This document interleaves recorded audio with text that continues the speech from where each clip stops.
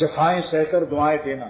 بعض وقت شیخ کے جب زیادہ پیار کرتا ہے تو حاسدین پیدا ہو جاتے ہیں اور چاہتے ہیں کہ اس کو اتنا ستاؤ کہ یہ بھاگے یہاں سے. لہذا اس پر میں نے لکھا کہ جفائیں سہ کر دعائیں دینا. ہم شیخ کے خانقاہ میں رہنے والوں کو کبھی بددعا دینا وہ عاشق مرید نہیں ہے. وہ عاشق مرید نہیں. جہاں پھول ہوں ان کانٹوں کو کوئی بددعا نہیں دیتا. جن کانٹوں کے ذریعے سے گزر کر پھول مل جائے وہ کانٹے جو ہیں وہ ان کو بددعا نہیں دینا چاہیے. وہ کانٹے جو ہیں محافظ ہیں اس پھول کے. وہ کانٹے جو ہیں محافظ ہیں, پاسبانی کرتے ہیں. تو میرے شیخ صاحب روح صاحب دامت برکاتہ نے فرمایا کہ اگر دودھ پینا ہے تو بھینس کی گوبر اور پیشاب کو بھی صفائی کرنی پڑے گی. اگر بھینس کا دودھ لینا ہے, اگر پھولوں سے دوستی کرنی ہے تو کانٹے برداشت کرنی ہے. اگر اللہ والوں کے یہاں رہنا ہے تو کچھ نہ کچھ تو مصیبت آئے گی, بلائیں آئیں گی, کچھ غم آئے گا. لہذا اس پر میں نے یہ شعر کہا تھا, جفائیں سہ کر دعائیں دینا یہی تھا مجبور دل کا شیوا. مجبور دل کیوں تھا کہ شیخ کو چھوڑ بھی نہیں سکتے. جب محبت ہو جاتی ہے تو محبوب کو چھوڑنا بھی مشکل, بھاگنا بھی مشکل, اور جفائیں سہ کر دعائیں دینا بس یہی تھا مجبور دل کا شیوا. اور 1-2 دن کا نہیں, 15 سال اس طرح سے اختر نے گزارے. زمانہ گزرا تمہارے در پر. زمانہ 2-3 دن مہینے کا مجاہدہ نہیں تھا, 1 رات سال کا. 15 سال اس طرح سے اللہ تعالیٰ نے میری زندگی گزاری.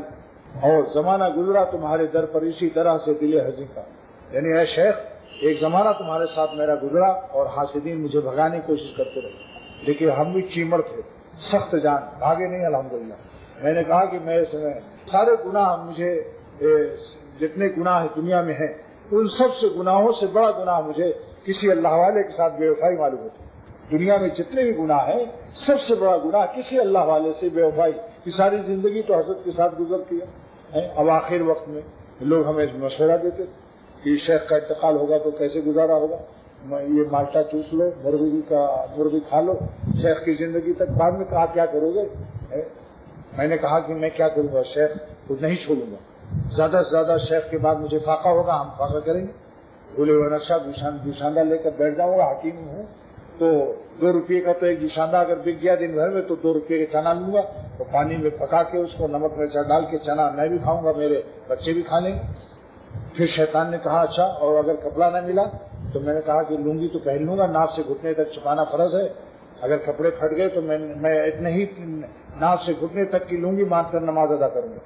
میں نے شیطان کو جواب دیا کہ اگر کرتا نہ رہا تو بغیر ٹوپی کی نماز ہو جاتی, کرتے کے بغیر ہو جاتی. چھپانا کتنا فرض بتاؤ, ناف سے گھٹنے تک.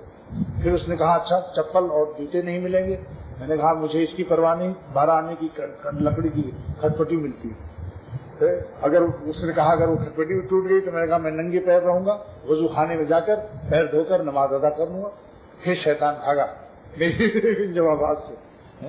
اس وقت دیکھو یہ شعر, جفائیں سہ کر دعائیں دینا یہی تھا مجبور دل کا شیوا. زمانہ گزرا تمہارے در پر اسی طرح سے دل حزین کا. اب سنیے, اللہ تعالیٰ کی طرف سے اگر جذب نہ ہو تو کوئی انسان اللہ والا نہیں ہو سکتا.